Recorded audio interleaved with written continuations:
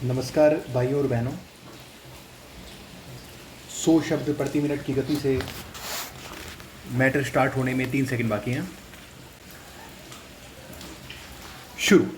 मुझे जीवन में एक पत्रिका का संपादक बनने का अवसर मिला।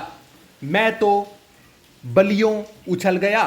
लोकतंत्र के तीसरे स्तंभ का हिस्सा वाह वाह अपनी ही पीठ थप थपाने लगा। मेरा जो भी सहयोगी सामने आता तो मैं उससे उम्मीद करता कि वह मुझे बधाई दे, मुझे नमस्ते करे, पर ऐसा कुछ हुआ नहीं।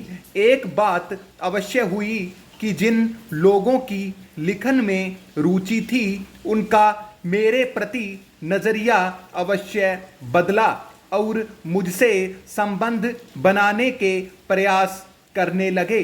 जो उच्च श्रेणी के थे वे जहां मेरा नाम देखते किसी प्रस्ताव आदि पर तो सहमति व्यक्त कर देते।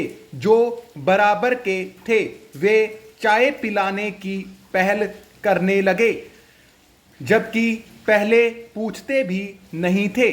और जो नीचे की श्रेणी के थे वे पहले जो काम टाल जाया करते थे अब प्राथमिकता से करने लगे। रचनाएं आने लगी। संपादन क्या होता है मैं अधिक नहीं जानता था।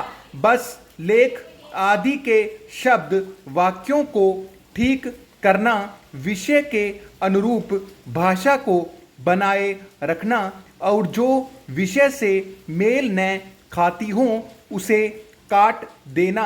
काफ़ी अच्छा लिखने वाले जुड़ते गए और पत्रिका के अच्छे अंक निकलने लगे।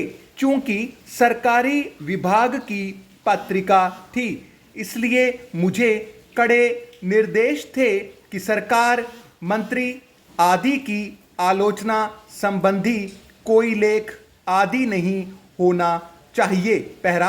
एक बार एक कवि महाशय आए और अपनी 2 कविताएं एक ही अंक में प्रकाशित करने का अनुरोध करने लगे।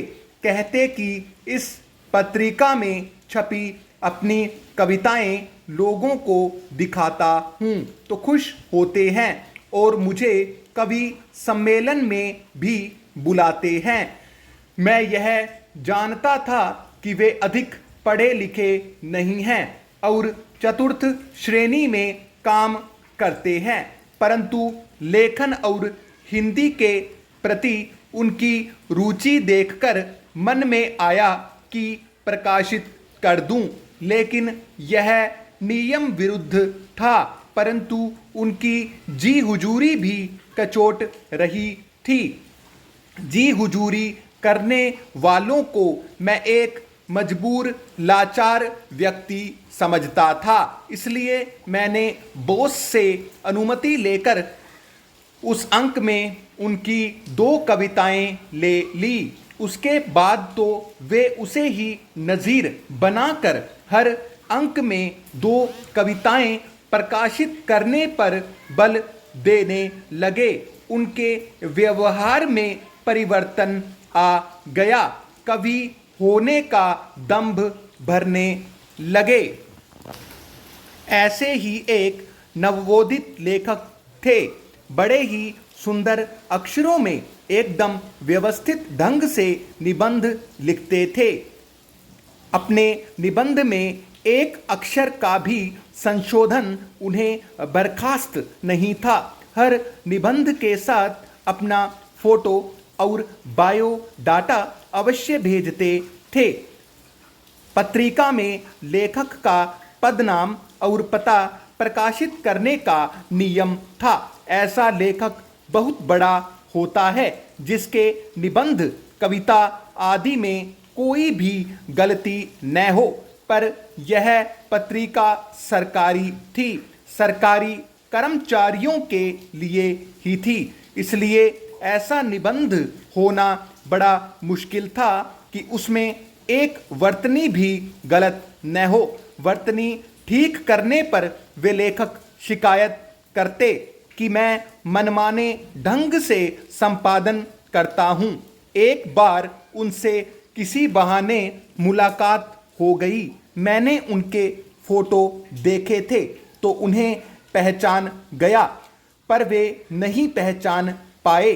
केवल कार्यालय का नाम सुनते पत्रिका के संपादक की बुराई करने लगे कि वह अहंकारी और मूर्ख है। हर निबंध के साथ नया खिंचवाकर मैं अपना आकर्षक फोटो भेजता हूं, पर वह छापता ही नहीं। अब क्या मैं इतना बड़ा लेखक खुद कहूँगा फोटो छापने के लिए मेरी ओर से कोई विशेष प्रतिक्रिया न देखकर उन्हें याद आया कि उन्होंने मेरा परिचय तो जाना ही नहीं, सो सामान्य होते हुए मुझसे कह बैठे कि क्षमा कीजिए, मैं अपनी ही बातों में बह गया। आपका तो परिचय पूछा ही नहीं। मैंने कहा, जी, मैं वही नाचीज मूर्ख इंसान हूं जिसकी अभी आप तारीफ कर रहे थे। उनके चेहरे का रंग उड़ गया और जरूरी काम होने का बहाना बनाकर चले गए। मैं सोचने लगा कि व्यक्ति में फोटो छपवाने की इतनी लालसा क्यों है। बेंगलुरु में रहने वाले फुटवेयर के थोक विक्रेता आत्माराम ने बिल्कुल नई कंपनी आराम स्लीपर का बड़ा ऑर्डर दे दिया, क्योंकि उनकी पैनी नज़र ने ताड़ लिया था कि ब्रांडेड कंपनी की स्लीपर के मुकाबले इसके दाम कम हैं। इसके अलावा आकर्षक डिजाइन और टिकाऊ भी है। माल दुकान पर आने के बाद कोई भी फुटकर विक्रेता नई कंपनी की स्लीपर होने के कारण उधारी में भी खरीदने को राजी नहीं हो रहा था। यह देखकर उनके बेटे आलोक ने पिताजी पर कटाक्ष करते हुए कहा, आप तो पूरे कर्नाटक की एजेंसी लेने का सपना देख रहे थे, जबकि बेंगलुरु में ही कोई खरीदार नहीं मिल रहा है। बेटे की बात का बुरा मानने की बजाय आत्माराम ने मुस्कुराते हुए जवाब दिया, व्यापार में संयम, सब्र, धैर्य की सख्त जरूरत होती है। व्यापार में हारा हुआ हर इंसान जुआरी नहीं होता है। Wait and watch. आत्माराम काफी सोच विचार करके शहर में सर्वाधिक बिकने वाली कन्नड़ अखबार के कार्यकाल पहुंचे। पूरे 1 महीने के लिए मुख्य पृष्ठ पर विज्ञापन बुक करवाया। इसके अलावा व्हाट्सएप, फेसबुक आदि पर प्रचार शुरू कर दिया। 10-15 दिनों के बाद विज्ञापन बाजी ने अपना रंग दिखाना शुरू किया। एक एक ग्राहक फुटकर विक्रेताओं के पास आकर आराम स्लीपर मांगने लगे। दुकानदार इनकार करते तो फिर वही ग्राहक दूसरे तीसरे दुकानदार से वही स्लीपर मांगते थे। तंग आकर दुकानदार आत्माराम के पास आराम स्लीपर खरीदने गए। अब आत्माराम ने पासा पलटते हुए उनसे कहा, आराम स्लीपर तो नगद में खरीदनी होगी। मन मारकर दुकानदार कैश देकर खरीदने लगे। आहिस्ता आहिस्ता स्लीपर की बिक्री बढ़ती देखकर आलोक ने पिताजी से पूछे बिना दूसरा ऑर्डर दे दिया। आत्माराम अपनी जीत पर मंद मंद मुस्कुराने लगे। धन्यवाद।